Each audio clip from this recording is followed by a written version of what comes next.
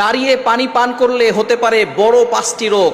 অনেকেই আমরা দাঁড়িয়ে পানি পান করার অভ্যাস করে ফেলেছি, এটা সবচেয়ে বড় বদ অভ্যাস। নবীজি সাল্লাল্লাহু আলাইহি সাল্লাম দাঁড়িয়ে পানি পান করতে নিষেধ করেছেন।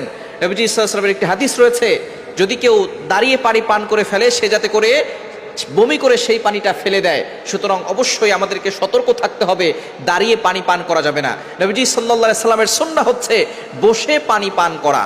১৫০০ বছর আগে কোনো টেকনোলজি ছিল না, কোনো ল্যাব ছিল না, কোনো সায়েন্স ছিল না। নবীজি সাল্লাল্লাহু আলাইহি সাল্লাম জানিয়ে দিয়েছেন, একজন মানুষ সুস্থ থাকতে চাইলে বসে পানি পান করবে, তাহলেই সুস্থ থাকতে পারবে। দাঁড়িয়ে পানি পান করলে বড় ধরনের ক্ষতি হওয়ার সম্ভাবনা আছে। বর্তমান চিকিৎসা বিজ্ঞান এটা নিয়ে গবেষণা করেছে। তারা গবেষণা করে দেখেছে যে একজন মানুষ সুস্থ থাকতে চাইলে বসে পানি পান করলেই সে সুস্থ থাকতে পারে। দাঁড়িয়ে পানি পান করলে তার বড় ধরনের 5টি রোগ হতে পারে। এক নাম্বার হচ্ছে তার কিডনি নষ্ট হয়ে যেতে পারে।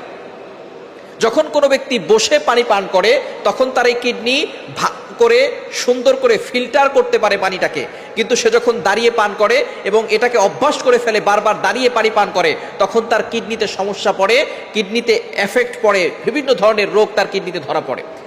এজন্য অবশ্যই আমরা বসে পানি পান করার চেষ্টা করব। দ্বিতীয় নাম্বার, হার্ট অ্যাটাকের ঝুঁকি বাড়ায়।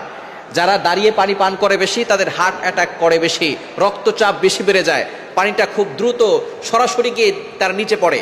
যখন সে বসে পানি পান করে আস্তে আস্তে নিচে যায়, কিন্তু যখন সে দাঁড়িয়ে পানি পান করে তখন সেটা খুব দ্রুত গতির সঙ্গে সেটা আস্তে আস্তে নিচে চলে যায়, যার কারণে বড় ধরনের সমস্যা হতে পারে, রক্তচাপ বেড়ে যায় এবং হার্ট অ্যাটাকের ঝুঁকি বাড়ায়। 3 নাম্বার, যারা দাঁড়িয়ে পানি পান করার অভ্যাস করে ফেলেছেন তাদের পাকস্থলীতে সমস্যা হওয়ার সম্ভাবনা আছে।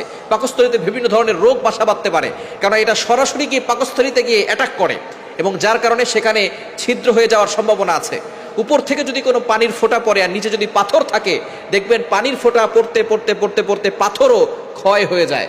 আর আপনার ভিতরে যে পার্টসগুলো আছে এগুলো যখন আপনি দাঁড়িয়ে পানি পান করবেন সরাসরি কোনো জায়গায় গিয়ে পড়বে, তখন সেই জায়গাটা আস্তে আস্তে ছিদ্র হয়ে যাওয়ার সম্ভাবনা আছে এবং বড় ধরনের রোগ হওয়ার সম্ভাবনা আছে। 3 নাম্বার, আপনার পাকস্থলীতে বড় ধরনের সমস্যা সৃষ্টি হবে। 4 নাম্বার, মূত্রনালীতে বড় ধরনের সমস্যা হবে। যখন আপনি পানি পান করবেন, এটা পাকস্থলী বলেন এবং অন্যান্য যেই আছে নালীগুলো আছে, এগুলো ভালো করে কাজ করতে পারবে না, সরাসরি একেবারে মূত্রনালীতে চলে যাবে।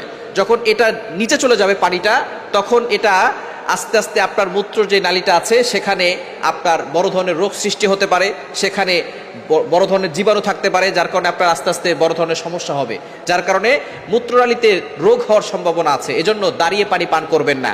এবং 5 নাম্বার, বদ হজমের সমস্যা হয় এবং আরও অনেক ধরনের ফুসফুসে সমস্যা হয়। এজন্য দাঁড়িয়ে পানি পান না করে বসে পানি পান করেন, সুন্নত আদায় হবে, সুস্থ